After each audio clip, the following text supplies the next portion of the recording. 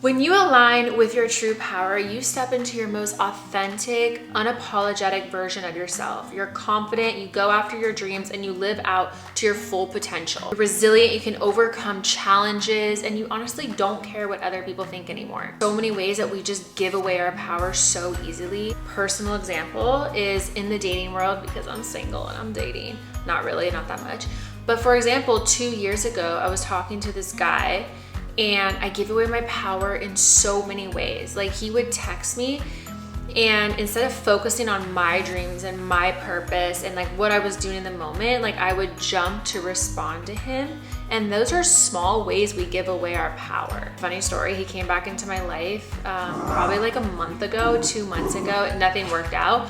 But I noticed my old energy wanting to do that, but because I've taken so much of my power back and I'm so like in my dream world, just like living life, I noticed how much I gave away my power before. 2025 is here, and I want you to take back all your power to be your most confident self. Stop people pleasing, stop bending over backwards for people. Dr. Joe Dispenza says it so perfectly. As we give away our power, anytime we let anything external take us out of putting ourselves first. So, because we're gonna be the baddest versions of ourselves this year, let's talk about 15 ways we give away our power, and then talk about 10 ways we're gonna take our power back.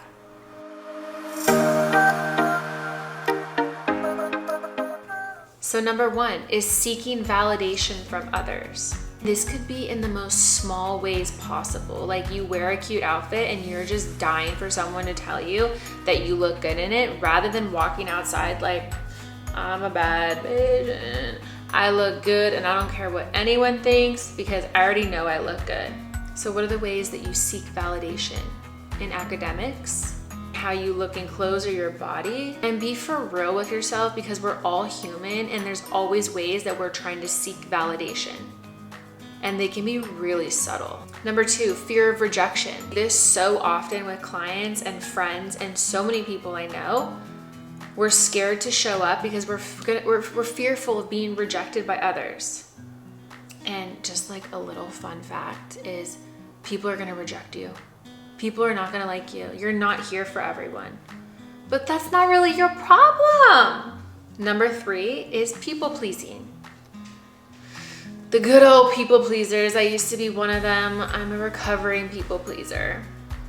And I just made a post on this, which was so good, is people pleasers. I forgot how I said it. It was so perfect. Let me get my phone. I just made a post on it, and the way I said it was so perfect. People pleasing is regulating other people's nervous systems to calm ours. How often do you people pleaser do something to calm the situation or make everyone else comfortable so that you can be comfortable? And to start self-regulating our own nervous system and not really caring what other people think. Number 4, blaming others for our problems. It's so easy to point the finger, and I'm just gonna bring in some projections right here, right now. Anytime you point the finger of they made me feel this type of way, it already lives inside of you. The number 1 thing of shadow work, if you do shadow work, is like basically the core of all the work that I do. We stop blaming anyone. I'm talking about small things. Oh, they made me feel sad. They made me feel this way. We take back our power. No one can make you feel any type of way without that already living inside of you. Taking responsibility for like, okay, I'm having sadness because they made me feel abandoned. I need to work on my abandonment wound. It actually has nothing to do with them. Taking back my power, not giving them any of my power. My little baby is like, I wanna be in the power move because I have a big personality. As I just said that, being in your power doesn't mean being big and powerful and like overpowering people. It means being so whole and so authentic and so confident, and that might be so subtle and so quiet. That is taking back your power. Number 5, not setting boundaries. I was the queen of not setting boundaries. I would go with the flow, everything's fine. Oh, I'm just like, yeah, everything's good. We need to know our boundaries, and we're gonna go deeper into this of how to set them in the next part, but you got to know your boundaries. Like, what are you a yes to? What are you a no to? And if you don't know what that is, take time to see what feels good in your body. Like, oh, this does feel good. No, this actually doesn't feel good to me anymore. Get really clear on what your boundaries are. And that might look finding out what your boundaries are in that moment. Like, actually, that didn't feel good to me. 6 is living in the past. So while we do want to take time to reflect and integrate and change and heal, we don't want to spend all our time dwelling and giving our power to the past. 8, comparing ourselves to others. We all do it. Don't even say you don't do it. It happens all the time. All we need to do is bring some self-awareness to it. Anytime you are comparing yourself to someone else, not you, you're literally just throwing your energy away. Rather than bring it back an empowerment of like, oh, I see this in them. It's inspiring to me. Number 9, allowing fear to dictate our decision. Fear. Fear used to be a really big one for me. Like, it controlled my life a lot in ways that I wasn't even recognizing. Fear controls a lot of people. Yeah, what have you said that you desire to do or want to do or pursue in life or show up as, and you haven't? Because there's this underlying little fear. And this doesn't have to be like scared in a corner, like, oh, I'm so scared. But like, how many people I see want to show up for their dreams and they don't, because honestly, it comes back to fear of being rejected, fear of being seen, of being bad at something, of failure. People fear success. What places do you fear? We all have them, but those who get some are willing to look at it. So get really real with yourself of what fears you have. 10 is ignoring our intuition. If there is any relationship you can develop in this lifetime, is a stronger bond between you and your intuition. And that means you're gonna get some things wrong. And that's actually how you learn. It's like failure. The more you fail, the more you learn. The more you learn to try to trust your intuition, you'll be able to look back and say, oh, I had that feeling, but I ignored it. The more you lean into your intuition, the more you take back your power, because you're not asking other people for their advice and their opinion. Anytime I'm coaching someone, I never directly tell them, you need to do this, this is da-da-da. I always guide them back into their own body, because only you know what you need. And bottom line, period. There's nothing else to say. Only you know what you need. You have all the answers. Are you willing to move past the fears, past the projections, past the comparisons, to get to the bottom line of taking all your power back? Is trusting your own intuition. That is powerful. Have you ever been around someone that trusts their intuition? That they don't need to ask anyone, where should I take my business? What should I do in my relationship? Like, yes, it's good to ask people. Like, I get it. I have mentors and things like that. But there is a bottom line level of my intuition that is so profound. There's honestly no words to say. It is one of the most powerful experiences you can have. So strengthen your intuition. 11, overcommitting and overextending yourself. I used to run myself to exhaustion because I overcommitted myself. This is where boundaries also come in, of learning how to say no. Taking our power back means making other people uncomfortable. I remember when I first really started taking my power back as well, I started to say no to a lot of things back, like in party days, my friends were still partying and I went through a spiritual awakening, and I was like, whoa, like I started to come into my power, into my intuition, like, and I would say no a lot, and I was called selfish. Like, you're such a selfish person. Like, I started to put myself first because I wasn't overextending and I wasn't overcommitting. Like, I was putting myself first. And that leads into number 12, which is neglecting self-care. You got to put yourself first. You got to take care of yourself. You are priority. The relationship between you and you is the strongest one you're going to have in this lifetime. Take time to nurture it. Like, fall in love with yourself. Don't neglect your self-care. 13, allowing others to define our success. This is such a big one because I've had 3 careers now, 3 businesses that I've ended and started over again. And it is so humbling of what we define success. And this is where comparison comes in, of not allowing others to define what makes us successful. When we take back our power of what a successful life truly means to us, not money, not external factors, but like what really does a successful life or success look to us, we take back our power and not let anyone define it. Because I know it's easy for parents and friends and family to try to define that success for us. So how can you take that power back? 14, staying in unhealthy relationships. I'm just gonna take a breath for this one, because this has been my strongest point is I will leave something. I have no problem leaving something because I know what I deserve. But I see with a lot of people, it's really hard to leave unhealthy relationships because they don't want to be alone. And there's so many factors that go back into it. But when we are willing to not settle in love, also with friendships, we take back so much of our power. We give so much of our power away when we say yes to being in circumstances and with people and in love with people that are not treating us the way that we deserve to live. We are giving our power away. That's such leaky energy.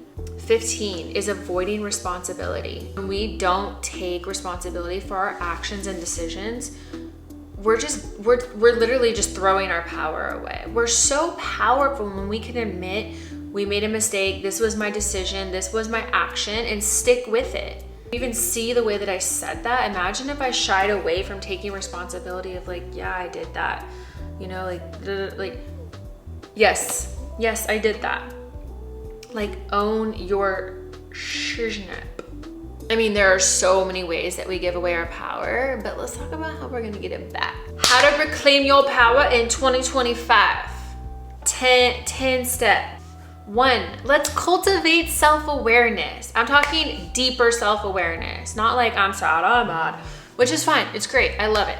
But let's do deep self-awareness, like really reflection on what is the thought behind the thought. If I'm going about my day and I'm out doing errands and there's like these thoughts of like in the background of, I just got off a phone call with my family and they made me feel this type of way, and now I'm starting to like shy down a little bit and I can feel my energy hindering. Like, rather than ignoring this whole situation going on in the background, let's have self-awareness and bring it to the forefront and dissect and digest it. 2, set clear boundaries. Let's get clear on what we are a yes to and what we are a no to.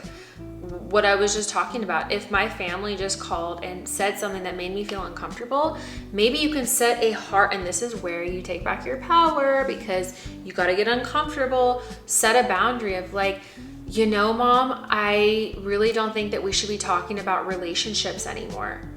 It doesn't really make me feel good when we talk about love. So I just feel like a boundary I need to have with you. You don't even need to say boundary. I'm pretty straightforward when I talk. But yeah, you could just say, I just feel that talking about relationships with you gets us nowhere. We have very different points. Maybe we could just talk about some other things. And you can have an open heart when you say this to them, but get clear on what you are a yes to, what you are a no to. Like, ask your body, like, how does it feel? 3, practice self-care. If you follow me, you know half my content is on healing and self-awareness and transformation and all of that good stuff. And almost half of it is on self-care and wellness and beauty and things like that, because without it, it is quite literally your foundation. When you are taking care of yourself, you show up in a world of like, I put me first. That's what you're saying with self-care. Like, this vessel of a body, this skin, this digestion system, like the way that I nourish myself, like I take care of me. I prioritize me. It's not just honestly what you look like, but you are showing the world already a boundary of like, I'm first. So 2025, we're putting ourselves first and having good self-care. Woo! This topic gets me excited. I gotta take a breather. 4, embrace vulnerability. And you're gonna need this for setting your boundaries, especially. Get comfortable being uncomfortable, expressing your truth. It's not gonna make people comfortable. The biggest piece with vulnerability, and I will share this in the work that I do polarity work, masculine, feminine, energy balancing, relational work with people. When you are expressing a boundary or being vulnerable, come with an open heart. Open your heart before you express. When you come with love and groundedness and embodiment, it is so much more well received than like, Mom, you made me feel this type of way and I just don't want to talk about it with you anymore. Like, I don't want to receive that. When people come at me with that energy, I have a boundary. I actually am not acceptable. I don't accept that kind of energy anymore. Like, go handle your stuff. I'm here for the open-hearted, loving conversations, but to embrace vulnerability, I challenge you, I invite you to come with an open heart. And it's gonna feel uncomfortable, but speak your truth with that open heart. 5 is focus on your strengths. You don't need to be good at everything. I don't need to be good at everything, but you know what? You have gifts. You have gifts that no one else has. And even if they do have them, they don't have them in your way. And this is one of the biggest pieces of my work in the world, is helping you step into those gifts. So what are your strengths? Or even better yet, what do you want to make your strengths? And a key way of figuring this out is what resonates in other people with you. So like, say you're looking at an actress and you want to be an actress, and looking at them and you're like, I just love how bold she is and how slow she moves. Like, I want that to be a strength in how I bring that into my business. Like, I don't even know where this is coming from. It's so off the top of my head. But own that. Like, anything you see in someone else that they have that resonates with you, that you're not owning as a strength yet, like, take it, like, okay, I'm gonna work on that this year. Like, I resonate so deeply with that and I wanna bring that strength in more to my life. 6 is take responsibility. Just take responsibility for your actions and your decisions. Good or bad. I made a mistake with one of my best friends a few weeks ago and it hurt my heart. I took responsibility for my actions and we grew even stronger from it. You're gonna mess up. You're gonna do, like, I try to be the best person possible and I try to love wholeheartedly, and even then you're gonna make mistakes in life. Just take responsibility for your actions. Come with an open heart though. 7, we're trusting our intuition. Say it with me. We are trusting our intuition and we're developing and cultivating a stronger relationship with our intuition. Like, I want you to be cultivating a relationship with your intuition more than you're cultivating with your lover or your partner or your best friend. Like, I want the relationship between you and your intuition to be like priority this coming year. It will change your life, I'm telling you. Seek healthy relationships. I want you to take note when you're with friends or family or partners, whoever you're with, how it makes you feel when you're around them. How does your body feel? Do you have some anxiety when you're around them? Do you leave and you're filled up and you want to be around them more? Do they inspire you? Do you feel judged around them? Do you feel like at home and soft and comfortable around them? How do you feel around these relationships? And I want you to start to push away the ones that don't feel good. Start to have boundaries, step into your power, own your truth with an open heart. I know what I deserve. And then I want you to seek healthy relationships. And it might take a minute to call in, like, I want to feel this way I want to feel so empowered and loved and soft and grounded when I'm with my friends. I don't know, whatever you feel you want to feel, call that in. Allow God or the universe to just bring that into you. 9, we're going to let go of comparison. We're just going to let it go. Because this is the year that you own your uniqueness. I'm owning my uniqueness. I have weird quirks that I do in the way that I talk. Like, sometimes I'm really soft and I'm really sweet and I'm slow, and sometimes I'm like quirky and I make weird noises and faces, and like, just don't compare yourself to other people. Let it all go. There's only you. There's no other person on earth like you. You watching right now, like, there's no other you on planet Earth. I don't care who does what, if they copy you, or there's no you. So we're gonna let go of comparison and we're gonna step into our strengths and we're gonna focus on you. Focus on yourself. That's what we're doing this year. That's what I'm doing this year. You're doing it too, right? Okay, cool. And 10, we're gonna develop a growth mindset. We're gonna keep learning, we're gonna keep growing, we're gonna keep investing in ourselves, because the more we put into ourselves, the more power we take it back, because we're living our most authentic, confident, empowered, resilient self. Whew, this topic gets me so excited because honestly, I've worked on this so much to the point of it has transformed my life in money, purpose, my business, friends, family, in every way you could relationships, dating, like all of it. It's completely transformed my life the more power I take back. And you know something? Once you have this transformation, no one can take it from you. No one. No, there's not one person on this earth that can take this from me. A man could come into my life and leave. I could start a new business from the ground up. No one can take this from me. No one can take this skill set, this embodiment. And I want that for you. So I created something that is just like, oh my God, it just like poured out of me. It's called Reclaim Your Power for 2025.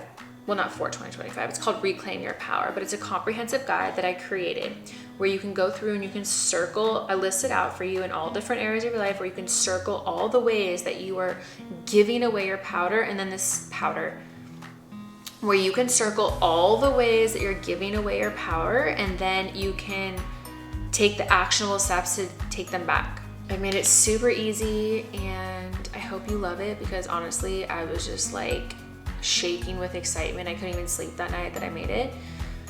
So the link is below. And if not, please, like, you live this life one time. Like, let's make this year a baddie year and be powerful bad bitches. I don't even know if I could say that word, but let's just be powerful this year. Let's be our fullest expression, unapologetically, the most confident version, because you deserve that. Okay, I'll see you next time.